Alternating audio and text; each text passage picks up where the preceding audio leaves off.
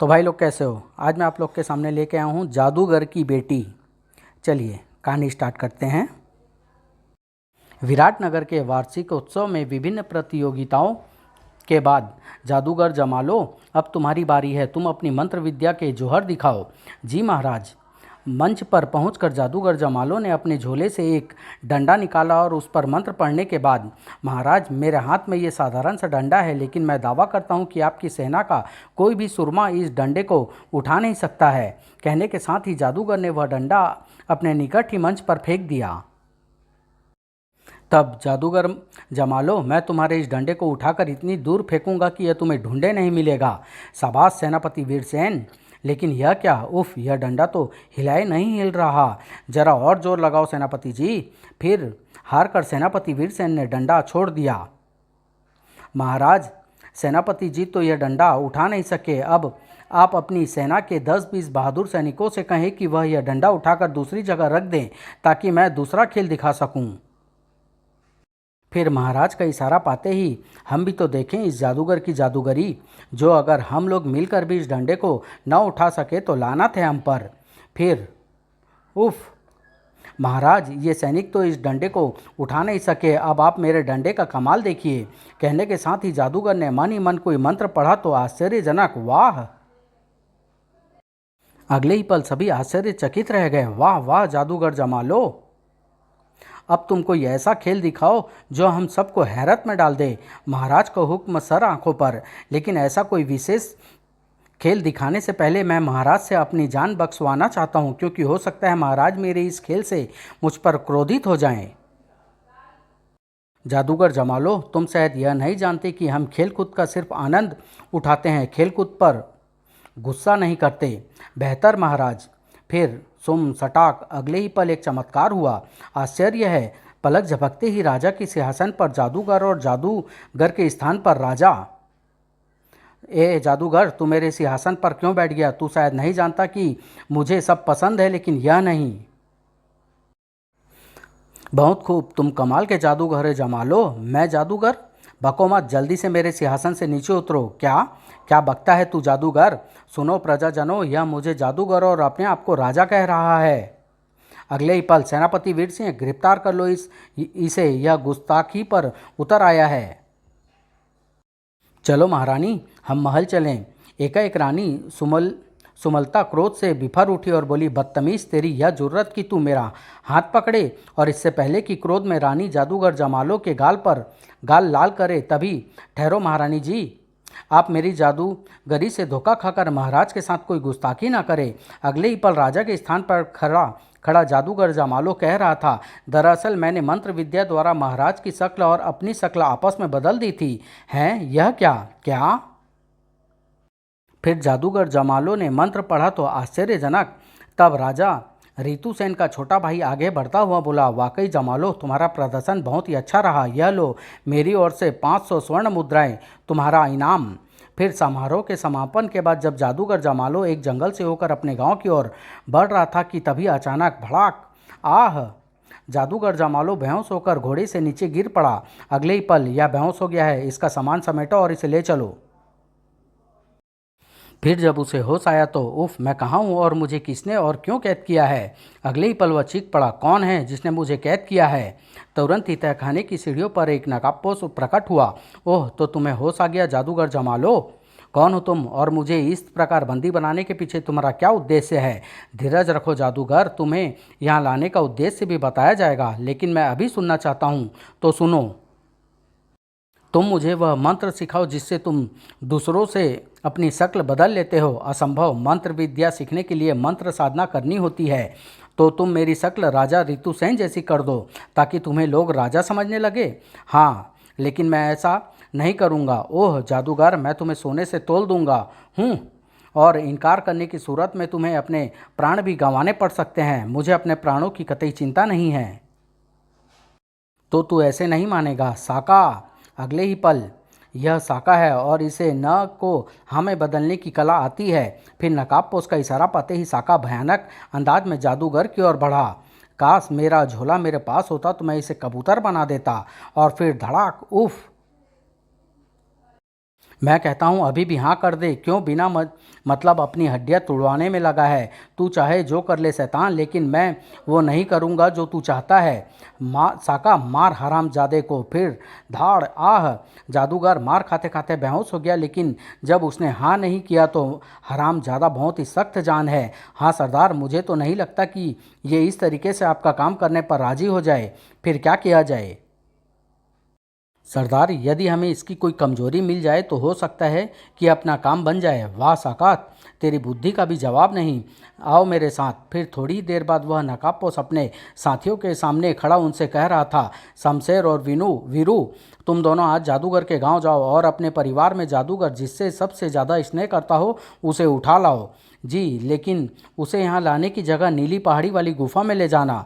जी सरदार। शमशेर और वीरू ने जादूगर के गांव पहुंचकर जब गांव वालों से पूछताछ की तो उन्हें पता चला कि जादूगर के परिवार में सिर्फ उसकी एक बेटी है। तो वाह, हमारा काम तो बिल्कुल आसान है। हाँ, जादूगर के बेटी का अपहरण तो हमारे बाएं हाथ का काम है। फिर उस रात जब पूरा गांव सोया पड़ा था तो खटखट। ओह बापू, लेकिन जैसे ही उसने दरवाज़ा खोला, कौन हो तुम लोग? लड़की, हम लोग कोई भी है, लेकिन आए तुम्हारा अपहरण करने हैं। अगले ही पल धाड़ ओह।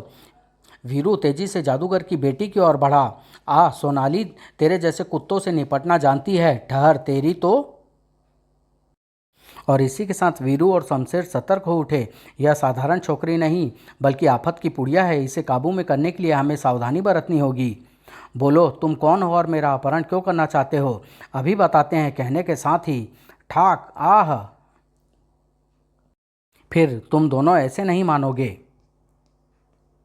सोनाली ने अलमारी से इंसानी हड्डी का एक टुकड़ा उठाया और मंत्र पढ़ने लगी। अगले ही पल अब बोलो कि तुम लोग कौन हो और क्यों मेरा अपहरण करना चाहते हो। जो अगर तुमने अब भी जुबान न खोली तो मेरा इशारा पाते ही यह सांप तुम्हें डस लेंगे। रुको, मैं बताता हूँ। मेरा नाम वीरू और इसका नाम शमशेर है और हम दोनों एक नकाबपोश के कहने पर तुम्हारा अपहरण करने आए थे। कौन है वह नकाबपोश? यह तो हम नहीं जानते, लेकिन यह जरूर जानते हैं कि इस समय तुम्हारे पिता जमालो भी उसकी कैद में है। असंभव। मेरे पिता को कैद करना एक साधारण मनुष्य के लिए असंभव है। मैं सच कह रहा हूँ जादूगर की बेटी, वह नकाबपोश तुम्हारे पिता से कोई काम कराना चाहता है, लेकिन तुम्हारे पिता ने उस उसका काम करने से इनकार कर दिया है। तब उस नकाबपोश ने हमें तुम्हारा अपहरण करने के लिए भेजा। और उसकी पूरी बात सुनकर, ओह तो यह बात है, अब तुम मुझे वहाँ ले चलो जहाँ उस नकाबपोश ने मेरे पिता को कैद कर रखा है। नहीं, अगर हम तुम्हें वहाँ ले गए तो वह नकाबपोश हमें जिंदा नहीं छोड़ेगा, और यदि तुम मुझे वहाँ न ले गए तो मैं तुम्हें जिंदा नहीं छोड़ूंगी।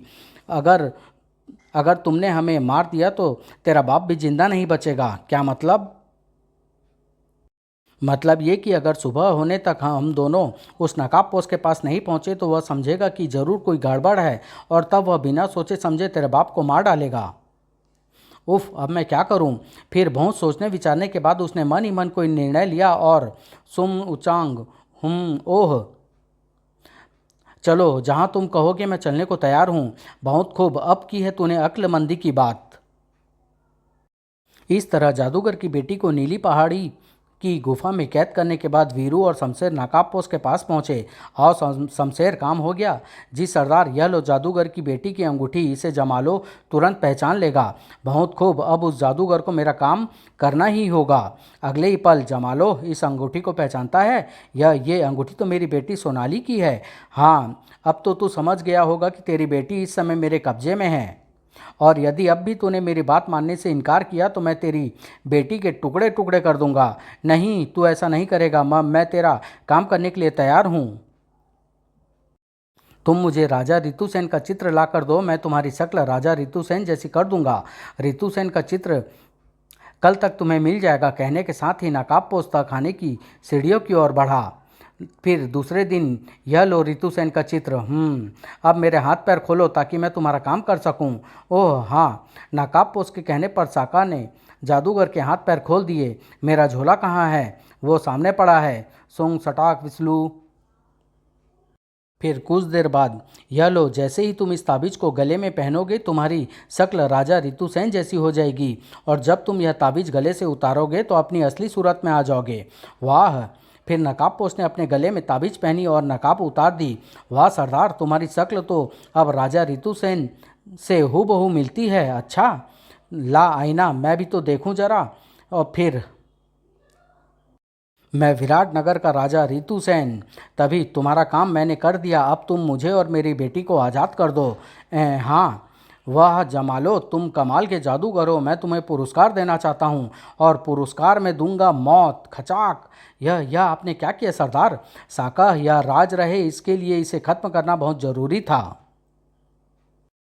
और अब मैं जा रहा हूँ नीली पहाड़ी, क्योंकि मुझे जादूगर की बेटी को भी खत्म करना है। फिर थोड़ी ही देर बाद वह घोड़े पर सवार होकर नीली पहाड़ी की ओर बढ़ रहा था। जादूगर की बेटी का बाद नंबर है राजा ऋतुसेन का। और फिर कुछ देर की यात्रा के बाद कहाँ है वह लड़की? अंदर। फिर जैसे ही वह अंदर पहुंचा, वाह इतनी खूबसूरत! कौन हो तुम और मुझसे क्या चाहते हो? लड़की, आया तो था मैं यहाँ तेरी मौत बनकर, लेकिन तू इतनी खूबसूरत है कि मैं तुझे मार नहीं सकता। मैं तुम्हें अपनी रानी बनाऊंगा। रानी? तो इसका मतलब तुम किसी देश के राजा हो? हाँ। नकाबपोश गले में ताबीज पहनने के बाद चेहरे से नकाब उतारता हुआ बोला, मैं हूँ विराट नगर का राजा ऋतुसेन। मेरे पिताजी कहाँ हैं? तुम्हारे आदमी ने मुझे बताया था कि वह तुम्हारी कैद में है। हाँ, तेरा बाप मेरी ही कैद में था, लेकिन अब मैंने उसे दूसरी दुनिया में पहुँचा दिया है। क्या? पापी, क्यों मारा तूने उन्हें? क्या बिगाड़ा था उन्होंने तेरा? वह मेरा एक ऐसा राज जानता था जो उसकी मौत का कारण बना। हत्यारे, मैं तुझे जिंदा नहीं छोड़ूंगी। मैं अपने बापू की मौत का बदला तुझसे लूंगी। खाक उड़ा दूंगी मैं विराट नगर में। तू कुछ नहीं कर पाएगी लड़की। तुझे या तो मेरी रानी बनना होगा या मेरे हाथों मरना होगा। मैं 3 दिन बाद यहाँ आऊँगा। इनमें से जो भी रास्ता चुनना हो मुझे बता देना। दुष्ट। कहने के साथ ही वह अपने चेहरे पर नकाब पहनने के बाद गले से ताबीज उतारी और फिर बाहर की ओर बढ़ा। शैतान, तूने मेरे देवता समान बापू की हत्या कर अच्छा नहीं किया है। तुझे उनके खून की कीमत चुकानी होगी। फिर उसी रात वह नकाबपोश खिड़की के रास्ते राजा ऋतुसेन के शयन कक्ष में दाखिल हुआ। कितनी मस्ती की नींद सोया हुआ है यह। अब कुछ ही देर बाद इस पलंग पर मैं भी मस्ती की नींद सोऊंगा। फिर राजा के निकट पहुंच उसने एक हाथ से राजा को मुंह दबाया और दूसरे हाथ से राजा ऋतुसेन बिना छिके ही अपनी चेतना खो बैठा। अगले ही पल, अब इसे बांध देता हूँ। बांधने के बाद, छपाक। गुस्ताख, कौन हो तुम और तुम्हारी इस हरकत का मतलब क्या है? लो, पहचानो मुझे। जबर सेन, तुम क्या चाहते हो? तुम विराट नगर का राज सिंहासन। असंभव। विराट नगर की प्रजा तुम्हें राजा के रूप में कतई स्वीकार नहीं करेगी। करेगी, जरूर करेगी। फिर कहने के साथ ही उसने जादूगर द्वारा तैयार की माला गले में पहन ली। अब बोलो भ्राताश्री, विराट नगर की प्रजा मुझे राजा स्वीकार करेगी ना? तुम बोलते क्यों नहीं ऋतुसेन? कमीने, आखिर तू जता दिया ना कि तू मेरा सौतेला भाई है। लेकिन एक बात याद रख, तू इस बहरूप से प्रजा को धोखा दे सकता है, किंतु रानी सुमलता और राजकुमार अभय सेन को नहीं। इनकी फिक्र मत करो ऋतुसेन, जल्दी ही राजकुमार और रानी भी यहाँ होंगे। फिर मैं तुम दोनों को एक साथ मौत के घाट उतार कर निश्चिंत होकर विराट नगर पर राज्य करूँगा। दुष्ट आस्तीन के सांप। कमीने, अट्ठास लगाता वह जबरसेन पलटा और उसी गुप्त रास्ते से राजा ऋतुसेन के शयन कक्ष में पहुंचा। मैं राजा ऋतुसेन, हा हा हा। और दूसरे दिन सुबह उठते ही उसने सेनापति वीरसेन को अपने कक्ष में बुलवाया। सेनापति, राजकुमार अभय सेन इन दिनों कर्णपुर अपने मामा के यहाँ है, उसे तुरंत ही यहाँ बुलवाया जाए। जी महाराज। फिर सेनापति के जाने के बाद अब मुझे राज दरबार के लिए तैयार होना चाहिए। वह समय से राज दरबार पहुंचा। राजा ऋतुसेन जिंदाबाद, महाराज की जय हो। फिर दरबार का कार्य शुरू हुआ। महाराज, इस वर्ष राज्य में फसल कुछ कमज़ोर हुई है, अतः किसान लोग कर में कुछ छूट चाहते हैं। ठीक है महामंत्री जी, इस वर्ष किसानों को आधा कर माफ़ किया जाता है। यह सुनते ही प्रजा जय जयकार कर उठी। मैंने वही निर्णय लिया जो इस मौके पर ऋतुसेन लेता, और ऐसा इसलिए किया कि प्रजा को या मंत्रीगणों को मुझ पर कतई किसी प्रकार का संदेह न हो। महाराज की जय हो। राजा ऋतुसेन जिंदाबाद। इधर कर्णपुर में जब राजकुमार अभय सेन को राजा ऋतुसेन का संदेश मिला तो वह अपने मामा राजा देवधर से आज्ञा लेकर तुरंत ही संदेशवाहक सैनिक के साथ विराट नगर की ओर चल पड़ा। न जाने पिताजी ने एकाएक ही मुझे क्यों बुलवाया है। और फिर जब वे एक जंगल से होकर आगे बढ़ रहे थे तो एकाएक तूफान। अगले ही पल तूफान के साथ साथ बारिश भी शुरू हो गई। उफ, अब क्या किया जाए? तभी राजकुमार का घोड़ा एकाएक बेकाबू हो एक तरफ भागा। अब जल्दी ही इस बेकाबू हो चुके घोड़े को छोड़ना होगा, वरना हो सकता है यह मुझे साथ लेकर किसी खाई में छलांग लगा दे। और फिर जब राजकुमार किसी तरह घोड़ा रोक पाने में सफल न हुआ तो वह कूद पड़ा। अब इस बारिश से बचने के लिए मुझे सुरक्षित स्थान की तलाश करनी होगी, वरना अगर कुछ देर और इस बारिश में भीगता रहा तो ठंड लग जाएगी। यह सोच वह पैदल ही आगे बढ़ने लगा। क्या जबरसेन की योजना सफल रही? क्या वह राजा ऋतुसेन, रानी सुमलता और राजकुमार अभयसेन को खत्म कर सका? जादूगर की बेटी का क्या हुआ? क्या वह अपने पिता की हत्या का बदला ले सकी? ये सब जानने के लिए नेक्स्ट भाग का इंतजार कीजिए। मौत की आंधी से समाप्त।